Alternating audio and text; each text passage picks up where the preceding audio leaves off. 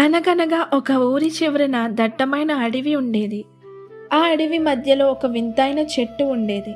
దాని ఆకులు వెండిలా మెరుస్తూ, పువ్వులు నీలం రంగులో వికసించేవి. ఆ చెట్టుకు ఒక వింత శక్తి ఉండేది. ఎవరైనా ఆ చెట్టు కింద కూర్చుని ఏడిస్తే వారి కళ్ళ నుండి రాలే కన్నీటి చుక్కలు నేల తాకగానే తెల్లటి ముత్యాలుగా మారిపోతాయి. ఆ విషయం ఊరి జనాలకు తెలిసింది.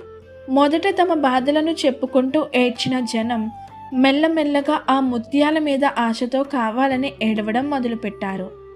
డబ్బు కోసం కొందరు కళ్ళల్లో కారం చిల్లుకుంటూ ఏడ్చేవారు. మరికొందరు తమ పాత కష్టాలను తలుచుకుంటూ గంటల తరబడి చెట్టు కింద కూర్చుని ఏడ్చేవారు. ముత్యాల వేటలో పడి ఆ ఊరిలో నవ్వు అన్నదే కరువైపోయింది. ప్రతి ఒక్కరూ ఏడుపు ముఖంతోనే ఉండేవారు. ఆ చెట్టు కూడా ఆ జనం యొక్క స్వార్థాన్ని చూసి క్రమంగా ఎండిపోవడం ప్రారంభించింది.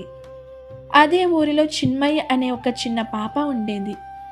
మిగిలిన వాళ్ళందరూ ముత్యాల కోసం ఏడుస్తుంటే చిన్మయ్య మాత్రం ఆ ఎండిపోతున్న చెట్టును చూసి బాధపడేది. ఒకరోజు చిన్మయ్య తన ఇంటి నుండి ఒక చిన్న కుండలో నీళ్లు తెచ్చుకుని ఆ చెట్టు మొదట్లో పోసింది. చెట్టు కింద కూర్చుని ఏడవడం మానేసి తమ దగ్గరున్న చింపిరి బొమ్మతో ఆడుకుంటూ చెట్టుకి పాటలు పాడుతూ వినిపించింది. నువ్వు అందరికీ ముత్యాలు ఇస్తున్నావు కదా, నీకు దాహం వేయదా అంటూ రోజు నీళ్లు పోసేది.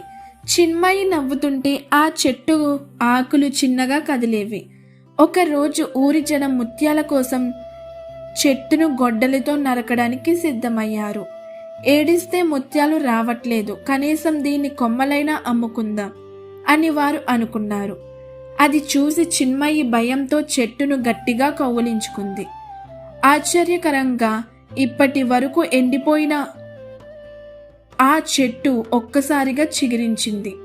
చిన్మయి నవ్వుతూ ఆ చెట్టును తాకగానే ఆ చెట్టు నుండి ముత్యాలు కాదు, బంగారు రంగులో మెరిసే పండ్లు రావడం మొదలయ్యాయి. ఆ పండ్లు తిన్న వారికి శరీరంలో ఉన్న రోగాలన్నీ నయమైపోతాయి.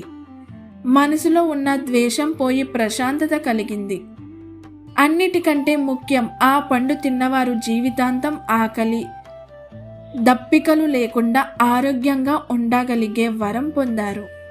చెట్టు ఇచ్చే ముత్యాల కంటే అది ఇచ్చే ఆరోగ్యం మరియు సంతోషం గొప్పవని ఊరి జనం గ్రహించారు. కన్నీళ్లతో సంపాదించే సంపద కంటే ప్రేమతో పెంచే ప్రకృతి ఇచ్చే వరమే గొప్పదని ఆ చిన్నారి చిన్మయి అందరికీ నిరూపించింది.